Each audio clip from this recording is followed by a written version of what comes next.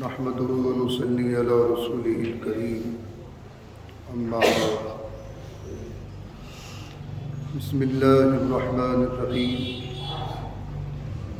اللهم طهر قلبي من النفاق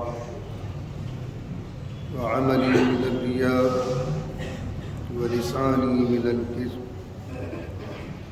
وعيني من الخيانة فإنك تعلم خائنة الأعين وما تخفي الصدور.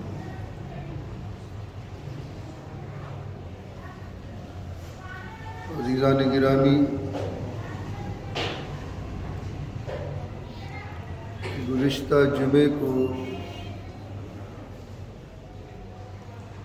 ایک واقعے کا آغاز کیا تھا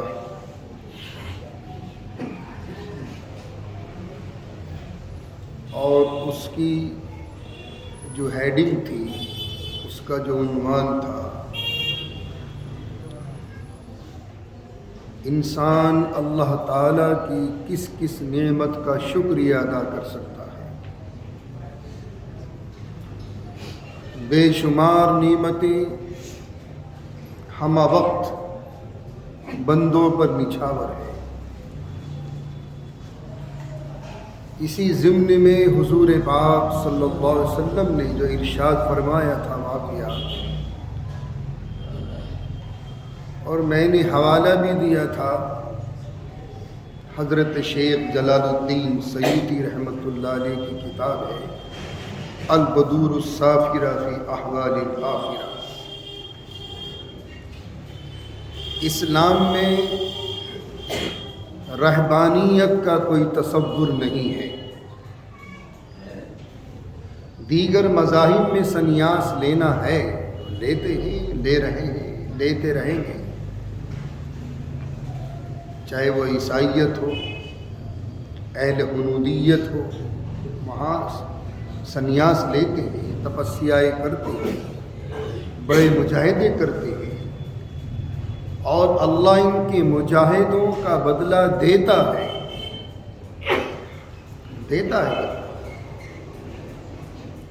لیکن ان تمام مجاہدات کے بعد اہل حنود بھی اگر اپنے دھرم کے اعتبار سے کوئی دان خیرات کرتے ہیں تو اللہ اس کی جزا دیتا ہے، اور ان کے تمام اعمال کو معلق فرما لیتا ہے۔ اگر مرنے سے پہلے یہ مشرف اسلام ہو گئے تو اللہ تعالیٰ ان کے تمام نیک اعمال کو قبول کر لیتا ہے، اور اگر دنیا سے ضلالت کی، گمراہی کی، شرک کی دلدل سے گئے اور حالت شرک میں دنیا کو چھوڑا تو پھر وَمَن يَكْفُرْ بِالْإِيمَانِ فَقَدْ حَبِطَ عَمَلُهُ، ان کے سارے اعمال ان کے منہ پر پھینک کر مار دیے جاتے ہیں۔ بہرحال بنی اسرائیل میں ایک بہت بڑے عابد تھے اور سنیاس لے لیا، اور اس شریعت میں بنی اسرائیل میں رہبانیت کا اختیار کرنا جائز تھا۔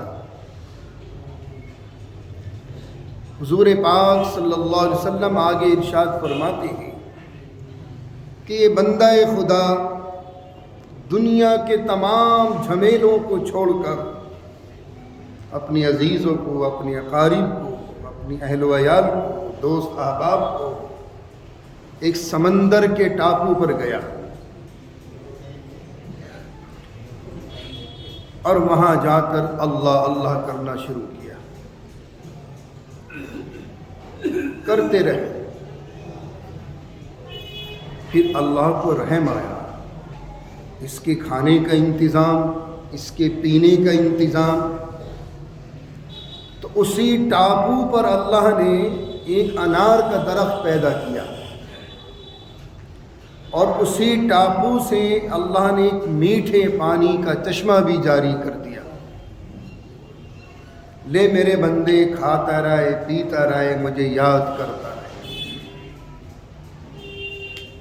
کتنے دن کی عبادت ہے؟ آپ تو 4 سجدوں پر ناز کرتے ہو کہ ہم جنت کے ٹھیکیدار ہو گئے. عبادتیں کرتے کرتے، بندگی کرتے کرتے ہمہ وقت کوئی لمحہ اللہ کی یاد سے غافل نہیں. 500 برس کی عبادت ہے، 500 برس کی. آگے حضور پاک صلی اللہ علیہ وسلم ارشاد فرماتے ہیں کہ جب اس بندہ مومن کا آخری وقت آیا،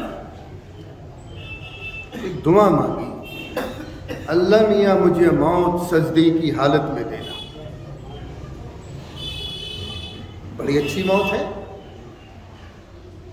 بہت اچھی موت ہے. نماز کی حالت میں، عبادت کی حالت میں، تلاوت کی حالت میں، ذکر کی حالت میں موت آئے تو بہت اچھی موت ہے. لیکن سیدنا حضرت عمر بن خطاب رضی اللہ تعالیٰ عنہ کی جو مقولہ ہے، اے میرے پروردگار مجھے ایسے وقت میں موت دینا جب کنڈی میرے ہاتھ میں ہو اور اپنے بچوں کے لیے سودا صرف لینے میں بازار گیا ہوا. کچھ پلے پڑی بات. دین کو سمیٹ کر مسجد کی 4 دیواری میں بند مت کرو. اللہ میاں کو مسجد میں بند مت کرو. یہ بچوں کی تربیت، ان کی اخلاق کی، ان کے کردار کی، ان کی تعلیمات کی، یہ سب سے بڑی عبادت ہے. کیا دعا مانگی عالم اسلام کے اس بادشاہ نے.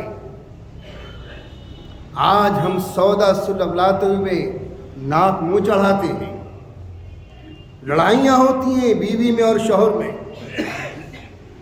وہ اس کو دھکیلتا ہے، وہ اس کو دھکیلتی.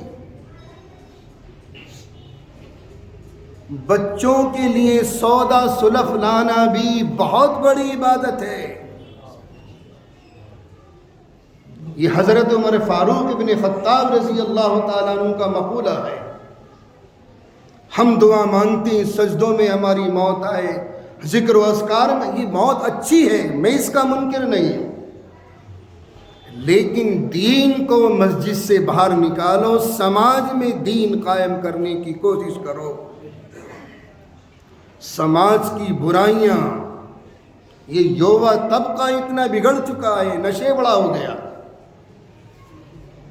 ہر برائی اس موبائل نے ہمیں پہنچا دی، یہاں تک کہ پرائیویسی تک ختم ہو گئی. حالانکہ میڈیکل سائنس نے آج بیان کر دیا ہے، اس کی خامیاں بیان کر دی ہیں. الکحل دی انیمی آف سویلائزیشن،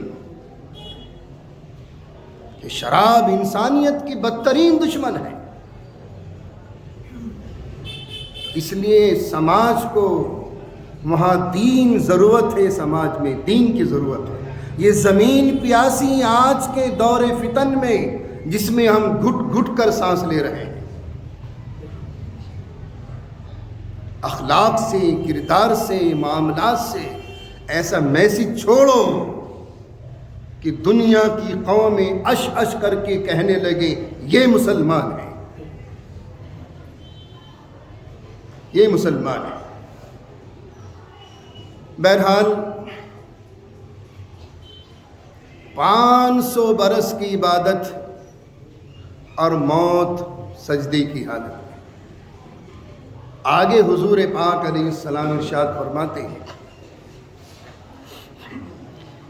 اللہ نے حکم دیا اس میرے بندے کو میرے فضل سے جنت میں داخل کر دو. اب چونکہ یہ تو ظلوماً جہولہ ہے، ہر جگہ جہالت دکھا دیتا ہے. اللہ تعالیٰ دلوں کو بھی جانتا ہے. التقویٰ ہاہنا، یہاں ہے جو کچھ ہے. اللہ نے اچھا، یہ بندہ کہنے لگا میرے پروردگار 500 برس کی عبادت کی، ایک لمحہ تیری یاد سے غافل نہیں، پھر بھی تیرے فضل کا محتاج؟ ٹون کسا، دل میں خیال آیا، اللہ میاں جس طریقے سے ہماری شکل و صورتوں سے واقف ہے، ہمارے دلوں کے بھید سے بھی واقف ہے۔ کیا ہے اس میں؟ آپ کو معلوم نہیں کہ میرے دل میں کیا ہے، مجھے معلوم نہیں آپ کے دل میں کیا ہے۔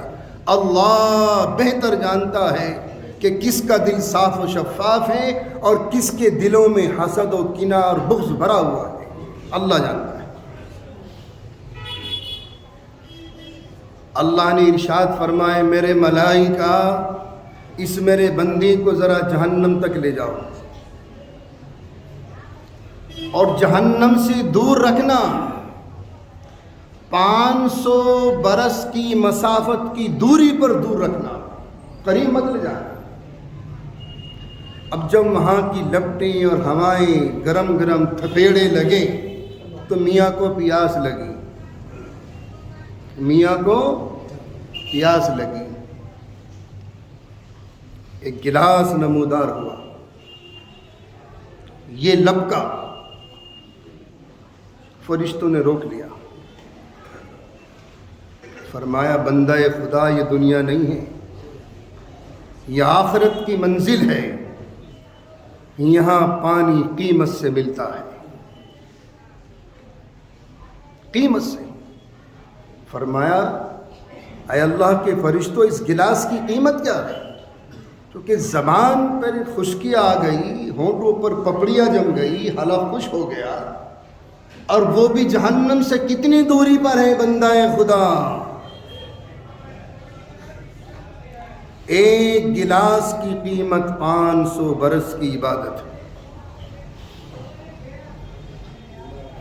دے دی اور پانی پی لیا، پھر اور بھڑک لگ گئی، فرمایا اے میرے ملائکہ اس میرے بندے کو واپس لاؤ، اور ارشاد فرمایا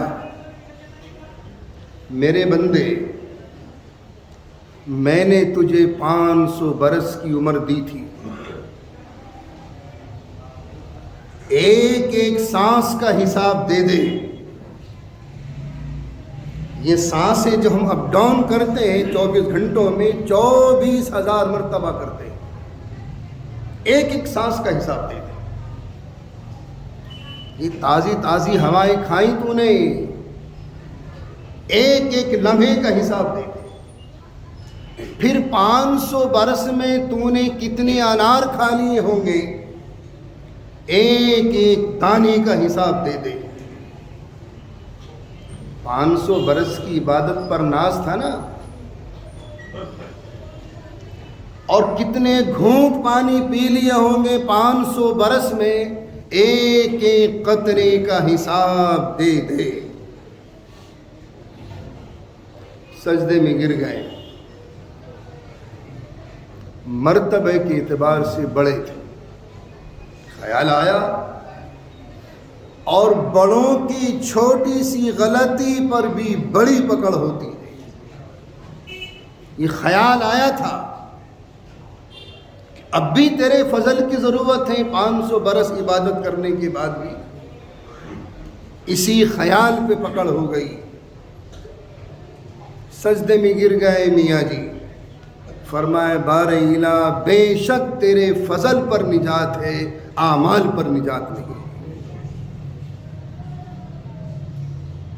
میں بار بار کہتا ہوں کہ اس دور فتن میں اپنے ایمان کو بچا لو۔